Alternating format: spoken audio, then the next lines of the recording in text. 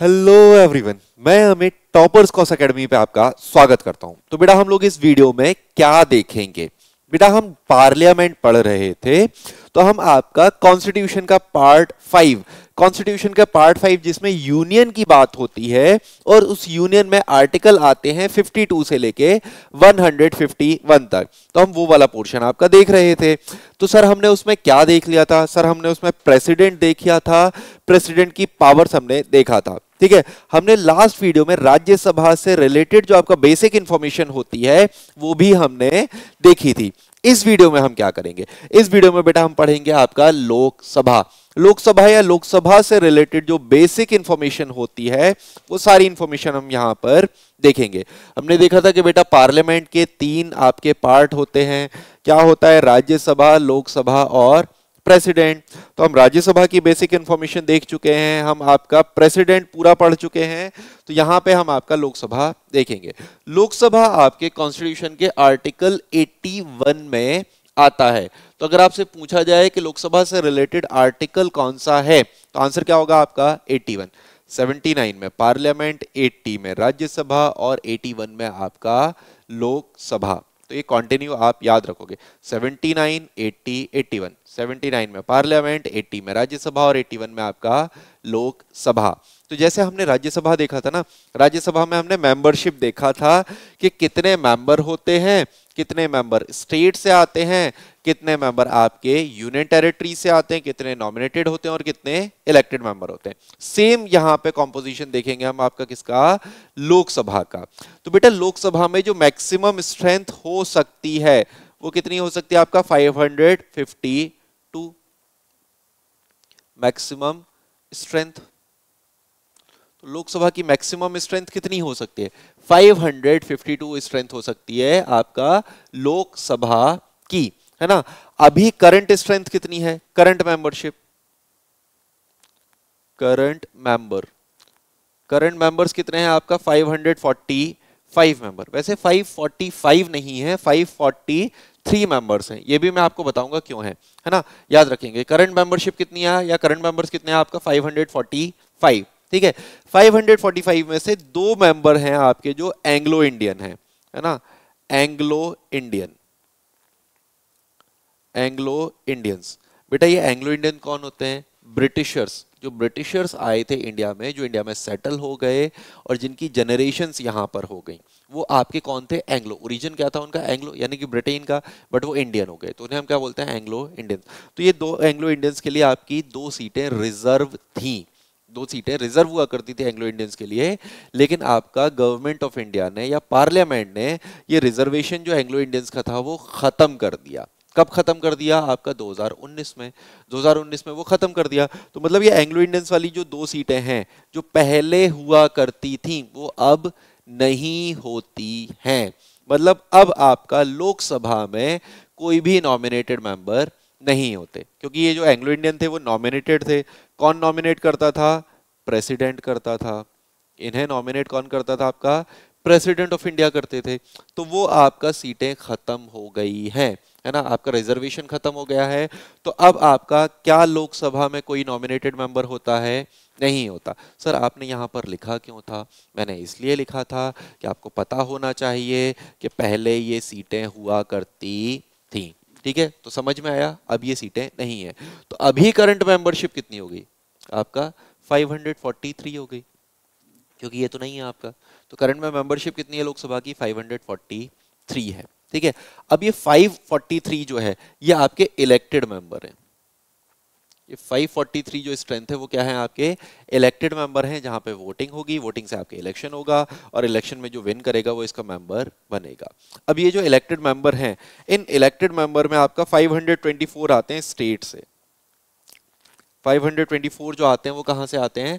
State से आते हैं। और आपके 19 मेंबर आते हैं कहां से? यूनियन टेरिटरीज से, है ना। यूनियन टेरिटरीज जो हैं वहां से मेंबर कितने आते हैं आपके? 19 मेंबर।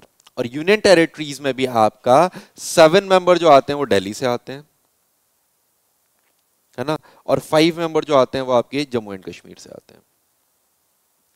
7 मेंबर आपके दिल्ली से आते हैं और 5 मेंबर आपके कहां से आते हैं? जम्मू एंड कश्मीर से आते हैं। ठीक है, बाकी आपका पौंडीचेरी वगैरह से एक एक मेंबर आता है, पौंडीचेरी से, लद्दाख से, आपका ये क्या कहते हैं, अंडमान निकोबार से, लक्षद्वीप से, दमन दीव से, दादरा नगर हवेली से, चंडीगढ़ से, इन सब से आपके एक एक मेंबर आते हैं, है ना। तो आपका 7 और 5 12 हो गया, और बाकी आपके 7 मेंबर जैसे मैंने आपको बताया अदर यूनियन टेरिटरीज हैं, वहाँ से आते हैं आपके। ठीक है, तो आप ये स्ट्रेंथ जो है वो याद रखोगे। लोकसभा में आपके सारे यूनियन टेरिटरीज से मिनिमम एक मेंबर आता है, जबकि राज्यसभा में आपके केवल 3 यूनियन टेरिटरी से आते हैं, दिल्ली से, आपका पौंडीचेरी से, और आपका कश्मीर से। ठीक है, ये चीज़ आप यहाँ पे याद रखोगे। ठीक है, तो याद रखना ये क्या हो गया, आपका मेंबरशिप हो गया। ये स्टेट से, ये यूनियन टेरिटरी से, स्टेट से कितने आए, यूनियन टेरिटरी से कितने आए, ये सारी चीज़ें हमने यहाँ पर देखी हैं। ठीक है, अब यहाँ पे एक चीज़ और याद रखना कि जो स्टेट से मेंबर आए हैं ना, हर स्टेट से अलग अलग होंगे। पूछा जाए सबसे ज़्यादा कौन से स्टेट से आते हैं, तो सबसे ज़्यादा बेटा आते हैं यूपी से। यूपी से आते हैं कितने, 80 मेंबर। उत्तर प्रदेश से, याद रखेंगे, सबसे आगे से आते हैं यूपी से, कितने आते हैं, 80 मेंबर्स। ठीक है, तो ये चीज़ आप इतना याद रखना, हर स्टेट से अलग अलग होता है। तो इन केस अगर आपसे पूछता है तो उसका एक अलग से हम लोग वो पीडीएफ वगैरह शेयर कर लेंगे, या फिर वो मैं आपको एक शॉर्ट वीडियो बना दूंगा, वहाँ पे वो सारी चीज़ें क्लियर हो जाएंगी। ठीक है, तो यहाँ तक आपको समझ में आया, मेंबरशिप समझ में आई, कौन से इलेक्टेड होंगे, कौन से नॉमिनेटेड होंगे, ये सारी चीज़ें समझ में आई। ठीक है, चलो अब लोकसभा के और नाम देखते हैं, हम लोकसभा को और किस किस नाम से जानते हैं। तो राज्यसभा को हम बोलते थे अपर हाउस, लोकसभा को हम बोलते हैं आपका लोअर हाउस, राज्यसभा को हम बोलते थे काउंसिल ऑफ स्टेट, यहाँ पे राज्य लोकसभा को हम बोलते हैं हाउस ऑफ पीपल्स, राज्यसभा को हम बोलते थे चैम्बर 2, लोकसभा को हम बोलते हैं चैम्बर 1। तो ये दोनों के नाम कंपैरिजन में याद रखना, कंफ्यूज नहीं होना। Rajya Sabha upper house, Lok Sabha lower house. Lok Sabha L से शुरू हुआ, लोअर हाउस एल से शुरू हुआ। वहां पे था काउंसिल ऑफ स्टेट, क्योंकि राज्यसभा में स्टेट्स का रिप्रेजेंटेशन होता है, यहाँ पे लोकसभा में भी स्टेट्स का रिप्रेजेंटेशन होता है, बट यहाँ पे आपका house of people directly election होता है। राज्यसभा में डायरेक्ट इलेक्शन नहीं था, इनडायरेक्ट इलेक्शन था, जहाँ पे एमएलएज वोट करते थे। यहाँ पे डायरेक्ट इलेक्शन होगा, और डायरेक्ट इलेक्शन होगा तो डायरेक्ट लोग जो होंगे, मतलब हम लोग वोट करेंगे। वो पार्लियामेंट में किसके लिए वोट करते हैं हम, आपका केवल लोकसभा के लिए। ठीक है, चलो अब लोकसभा का टेन्योर कितना होगा बेटा। राज्यसभा का टेन्योर आपका इंडेफिनिट था, राज्यसभा परमानेंट हाउस था। लोकसभा का टेन्योर होता है आपका 5 year, maximum tenure 5 year. Maximum tenure 5 year का मतलब क्या है कि 5 ईयर से पहले भी लोकसभा आपका भंग हो सकती है, खत्म हो सकती है, लेकिन मैक्सिमम जो चलेगी आपकी लोकसभा वो कितने दिन तक चलेगी, 5 ईयर। 5 ईयर कंप्लीट होंगे, लोकसभा आपका डिसॉल्व हो जाएगी। जैसे अभी आप देख रहे हो ना, 2024 में अभी आपका इलेक्शन होने वाला है, तो आपका इलेक्शन हो रहा है क्योंकि पिछला इलेक्शन कब हुआ था, 2019 में। ऑलमोस्ट 5 ईयर कंप्लीट हुए आपके, 5 ईयर कंप्लीट हुए तो आपका इलेक्शन होगा और नई लोकसभा आपकी कॉन्स्टिट्यूट होगी। ठीक है, आप मुझे कमेंट करके ये जरूर बताएंगे कि जो करंट लोकसभा है, करंट लोकसभा कौन सी वाली, 2019 से लेके 2024 वाली जो लोकसभा है, वो कौन से नंबर की लोकसभा थी। ऑप्शन मैं आपको दे देता हूं, वो आपकी 15th लोकसभा थी, 16th थी, 17th थी, या 18th थी। तो ये आपको 4 मैंने ऑप्शन दे दिए, आप कमेंट करके बताना कि वो कौन सी लोकसभा है जो आपकी करंट में थी। ठीक है, चलिए, तो लोकसभा का टेन्योर कितना, 5 year. After every 5 year Lok Sabha dissolve हो जाएगी, नई लोकसभा आपका कॉन्स्टिट्यूट की जाएगी। ठीक है, अब यहाँ पे देखो लोकसभा जो है, मैंने बोला था कि ये जो 2 एंग्लो इंडियंस थे, ये आपका इनका रिजर्वेशन खत्म हो गया था। ठीक है, आपका 104 कॉन्स्टिट्यूशन अमेंडमेंट था, जो कब हुआ था आपका 2020 2019-20 में हुआ था, जिससे एंग्लो इंडियंस का जो रिजर्वेशन था वो आपका एक्सीड नहीं किया था। पहले आपके एंग्लो इंडियंस का रिजर्वेशन एक्सीड होता था, शेड्यूल कास्ट और शेड्यूल ट्राइब के लिए आपका रिजर्वेशन को एक्सटेंड किया था, लेकिन आपका एंग्लो इंडियंस के लिए रिजर्वेशन को एक्सीड नहीं किया तो वो आपका रिजर्वेशन खत्म हो गया। तो अभी एंग्लो इंडियन के लिए कोई रिजर्व सीटें नहीं है। ठीक है, कुछ आर्टिकल बता रहा हूँ, वो आर्टिकल याद रखना, वो आर्टिकल आपसे पूछे जा सकते हैं। ठीक है, आर्टिकल इंपॉर्टेंट आर्टिकल्स हैं, देखो यहाँ पे ये आपका इरेज कर दे रहा हूँ, जिसे ना हो वो आपका स्क्रीनशॉट ले लेना, है ना। तो जिसे स्क्रीनशॉट लेना है स्क्रीनशॉट ले लो, या प्रॉपर नोट्स बनाओगे तो ज़्यादा बेटर रहता है। ठीक है, चलो अब यहाँ पे कुछ आर्टिकल्स हैं। आर्टिकल है 330। आर्टिकल 330 क्या बोलता है, शेड्यूल कास्ट और शेड्यूल ट्राइब के लिए रिजर्वेशन होगा कहाँ पे? लोकसभा में। शेड्यूल कास्ट और शेड्यूल ट्राइब का रिजर्वेशन लोकसभा में कौन से आर्टिकल में बोला गया है? आर्टिकल 330 में।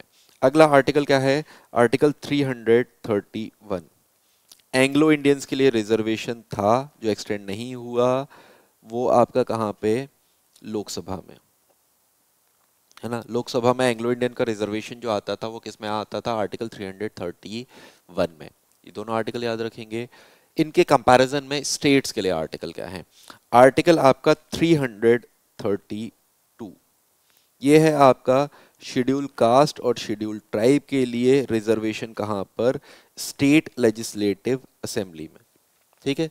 इसके कंपैरिजन में 330 के कंपैरिजन में है आर्टिकल 332, जो शेड्यूल कास्ट शेड्यूल ट्राइब को रिजर्वेशन देता है कहाँ पे? स्टेट लेजिस्लेटिव असेंबली में। यहाँ किस में था? लोकसभा में। और इसके कंपैरिजन में है आर्टिकल आपका 333 आर्टिकल, है ना, जो आपका एंग्लो इंडियंस के लिए बात करता है। एंग्लो इंडियंस के रिजर्वेशन की बात करता था, कहाँ पर बात करता था? आपका स्टेट लेजिस्लेटिव असेंबली में।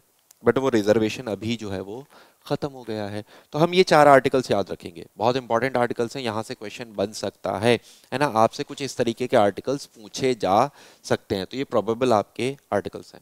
ये सारे लोग जो है वो ये देख लेना। तो हमने देखा कि वो रिजर्वेशन आता था, किस में आता था? 331 में, जो आपका खत्म हो गया है, यानी कि एंग्लो इंडियंस के लिए अब कोई सीट रिजर्व नहीं है, जिन्हें प्रेसिडेंट नॉमिनेट करते थे। तो क्या लोकसभा में अभी कोई नॉमिनेटेड सीट है?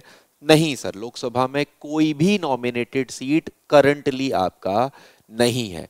लोकसभा में रिजर्व सीट जरूर है ना। लोकसभा में आपका शेड्यूल कास्ट और शेड्यूल ट्राइब के लिए सीटें रिजर्व जरूर आपको मिलेंगी, ठीक है। अब देखो एक पॉइंट ये भी देख लेना कि आपकी ये जो यूनियन टेरिटरी से सीटें आ रही थी 19, है ना। क्वेश्चन पूछा जाता है कि यूनियन टेरिटरी से मैक्सिमम सीटें कितनी हो सकती हैं। तो हम लोग आंसर याद रखेंगे कि यूनियन टेरिटरी से जो लोकसभा में मैक्सिमम नंबर ऑफ सीट्स हो सकती हैं वो कितनी हो सकती हैं? आपका 20, ठीक है। तो ये आपका कंडीशन है, पार्लियामेंट ने बनाई है, ठीक है। अब मैंने बोला था शेड्यूल कास्ट के लिए और शेड्यूल ट्राइब के लिए लोकसभा में सीटें जो हैं वो रिजर्व हैं। तो बेटा 84 सीट आपका लोकसभा में रिजर्व हैं शेड्यूल कास्ट के लिए, और 47 सीट्स जो हैं वो आपका रिजर्व हैं किसके लिए? शेड्यूल ट्राइब के लिए। तो आपसे पूछा जाए कि लोकसभा में टोटल कितने नंबर ऑफ सीट्स जो है वो आपका रिजर्व हैं, तो इन दोनों को देखो ऐड कर देंगे, 84 प्लस 47, यानी कि लोकसभा में 131 सीट, लोकसभा में 131 सीट्स जो हैं वो रिजर्व हैं, नॉमिनेटेड नहीं है, लेकिन आपका 131 सीट्स जो है वो आपका रिजर्व हैं लोकसभा में। किसके लिए? शेड्यूल कास्ट और शेड्यूल ट्राइब के लिए। क्या सर विमेन के लिए भी कोई सीटें रिजर्व हैं? नहीं बेटा, बिल आपका आया था, डिस्कशन हुआ था कि विमेन के लिए सीटें रिजर्व होंगी, बट विमेन्स के लिए कोई भी सीटें आपकी लोकसभा में या राज्यसभा में, मतलब पार्लियामेंट में विमेन्स के लिए कोई भी सीट रिजर्व नहीं है, ठीक है। ये चीज भी याद रखना, ये जो रिजर्व सीटें 84 ये लोकसभा में है, ये जो रिजर्व सीटें आपका 47 ये लोकसभा में। राज्यसभा में कास्ट के बेसिस पे, राज्यसभा में शेड्यूल कास्ट या शेड्यूल ट्राइब के लिए कोई भी सीट रिजर्व नहीं है। कहां पर रिजर्व है? वो आपका लोकसभा में। तो ये चीजें भी याद रखना कि राज्यसभा में आपकी कोई सीटें रिजर्व नहीं है, लोकसभा में आपकी सीटें रिजर्व हैं। शेड्यूल का शेड्यूल ट्राइब के लिए कितना? 84 और 47। विमेन के लिए कोई भी सीट अभी तक कहीं पे भी रिजर्वेशन नहीं है, ना लोकसभा में ना राज्यसभा में। पंचायती राज में आता है, वो हम बाद में पढ़ेंगे, वहां देखेंगे, लेकिन अभी यहाँ पे आपका सीटें रिजर्व नहीं है, ठीक है। यहाँ तक ये चीजें समझ में आई, ठीक है। अब आपका एक चीज और, लोकसभा के लिए जो वोट होता है उसमें वोटिंग कौन करता है? बेटा डायरेक्ट इलेक्शन होता है, और डायरेक्ट इलेक्शन का मतलब होता है जहां पे सिटीजन ऑफ इंडिया वोट करते हैं। तो लोकसभा के लिए डायरेक्ट इलेक्शन होगा, किसके बेसिस पे? यूनिवर्सल अडल्ट सफरेज के बेसिस पे, है ना। यूनिवर्सल अडल्ट सफरेज के बेसिस पे या आपका यूनिवर्सल अडल्ट फ्रेंचाइज बोलते हैं उसके बेसिस पे इलेक्शन होगा। लोकसभा के मेंबर्स जो हैं वो इलेक्टेड होंगे। मतलब 18 से अबव जितने भी लोग इंडिया में होंगे जिन पे वोटर आईडी होगा, जिन पे एक प्रॉपर वोटर आईडी होगा, जिनका नाम आपका वोटिंग लिस्ट में होगा, जिसे हम इलेक्टोरल रोल बोलते हैं, है ना। तो जिनका नाम वोटिंग लिस्ट में होगा, इलेक्टोरल रोल में होगा, वो लोग सारे आपके यहाँ पर वोट कर सकते हैं। आप किसी भी कास्ट से बिलोंग करते हो, किसी भी कम्युनिटी से बिलोंग करते हो, उससे कोई मतलब नहीं है। आपका वोटर आईडी होना चाहिए, वोटिंग लिस्ट में आपका नाम होना चाहिए, है ना। तो यूनिवर्सल अडल्ट फ्रेंचाइज या यूनिवर्सल अडल्ट सफरेज के बेसिस पे लोकसभा का इलेक्शन होगा। सर आपने क्वालिफिकेशन नहीं बताई। लोकसभा का अगर हमें इलेक्शन कंटेस्ट करना है तो क्वालिफिकेशन क्या होनी जरूरी है? तो बेटा क्वालिफिकेशन भी लिख लेना। लोकसभा के लिए क्वालिफिकेशन क्या होगी?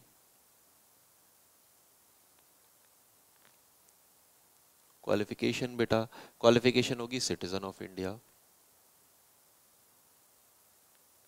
जब हमने आपका पढ़ा था, क्या पढ़ा था? जब सिटीजनशिप पढ़ी थी तब हमने ये प्रोविजन देखा था। तब हमने बोला भी था कि आपका इंडिया में इलेक्शन कंटेस्ट करने के लिए आपको सिटीजन ऑफ इंडिया होना जरूरी है।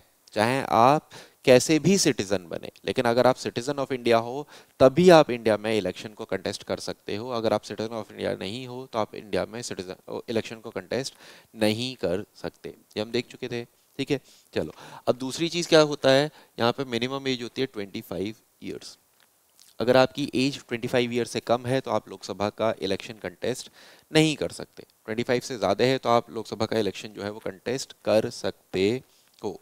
तो ये चीज़ें हमने यहाँ पे देखी, क्वालिफिकेशन देख ली।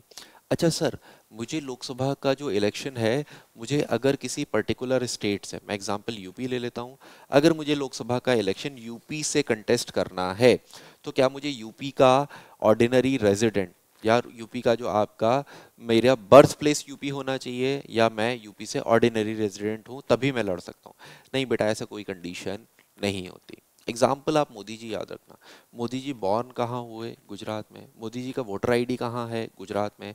मोदी जी ऑर्डिनरी रेजिडेंट कहाँ के हैं? गुजरात के। लेकिन मोदी जी आपका लोकसभा का इलेक्शन कहाँ से कंटेस्ट करते हैं? आपका वाराणसी। वाराणसी जो आपका यूपी में है ना। तो ये चीज़ आपको समझ में आई कि आपको लोकसभा का इलेक्शन अगर कंटेस्ट करना है तो आपको सेम स्टेट से बिलोंग करने की कोई कंपल्शन नहीं है। आप कहीं से भी, ऑल ओवर इंडिया कहीं से भी आप लोकसभा का इलेक्शन जो है वो कंटेस्ट कर सकते हो। एक फैक्ट और याद रखना, है ना। क्या? कि आप लोकसभा का इलेक्शन एक साथ दो सीटों से, मतलब एक साथ दो जगह से आप कंटेस्ट कर सकते हो। तो मैक्सिमम आप 2 सीट से लोकसभा का इलेक्शन जो है वो कंटेस्ट कर सकते हो, ठीक है। ये इतना फैक्ट याद रखेंगे। एक दो फैक्ट और था। क्या था? कि सर आपने बताया था पहली राज्यसभा जो कॉन्स्टिट्यूट हुई थी वो 3 अप्रैल को हुई थी। पहली लोकसभा कब कॉन्स्टिट्यूट हुई थी? सर पहली लोकसभा कॉन्स्टिट्यूट हुई थी 17 अप्रैल 1952 को। पहली लोकसभा कॉन्स्टिट्यूट हुई आपकी 17 अप्रैल 1952 को, ठीक है। फिर पूछा जाए sir first sitting of Lok Sabha, बेटा लोकसभा हो या राज्यसभा दोनों की ही फर्स्ट सिटिंग हुई थी आपके 13 मई को, 13 मई 1952 को, ठीक है। तो ऑलमोस्ट आपका मोर देन सफिशिएंट फैक्ट है, मोर देन सफिशिएंट डाटा है। इससे बाहर शायद ही कोई क्वेश्चन जाएगा। बाकी जो जाएगा वो भी हम कवर करेंगे, चिंता मत करना बेटा। जितना भी क्वेश्चन आएगा मैक्सिमम क्वेश्चन कवर करने की कोशिश करेंगे आपके पेपर में, सीयूईटी में जितना भी आपका आएगा, जीटी वाले में, याद रखना ज़्यादातर हम यहाँ कवर करेंगे, ठीक है। चलो, तो इस वीडियो को हम लोग यहीं पे ख़त्म करते हैं। चीज़ें समझ में आई, अच्छी लगी तो बेटा वीडियो को लाइक ज़रूर कर देना, ठीक है। चलो, बाकी हमारे यूट्यूब चैनल्स हैं तो ये चैनल्स को सब्सक्राइब कर लेना। सारे कंटेंट जो आपको वो यहीं मिलेगा। सीयूईटी के लिए तो डेडिकेटेड चैनल है, सीयूईटी का सारा कंटेंट आपको यहाँ पर मिलेगा। पीडीएफ चाहिए, टेलीग्राम ग्रुप है। अपडेट्स चाहिए, आपका इंस्टा हैंडल है। ऑनलाइन कोर्स चाहिए, हमारा ऐप डाउनलोड करो। बाकी ऑफलाइन सेंटर तो आपको एड्रेस दे रखा है, जब मन करे ऑफलाइन सेंटर विजिट करो और आपको जो भी कोर्सेज लेने हैं, जैसे भी आपको अटेंड करने हैं क्लासेस, वो कर सकते हो। या अगर नहीं आ पा रहे हो, एड्रेस नहीं मिल रहा है या और भी कोई चीज़ है, नंबर दे रखा है, कॉल करो, सारी चीज़ें पता करो और आपका यहाँ पे ज्वाइन करो, ठीक है। तो मिलते हैं आपसे नेक्स्ट वीडियो में।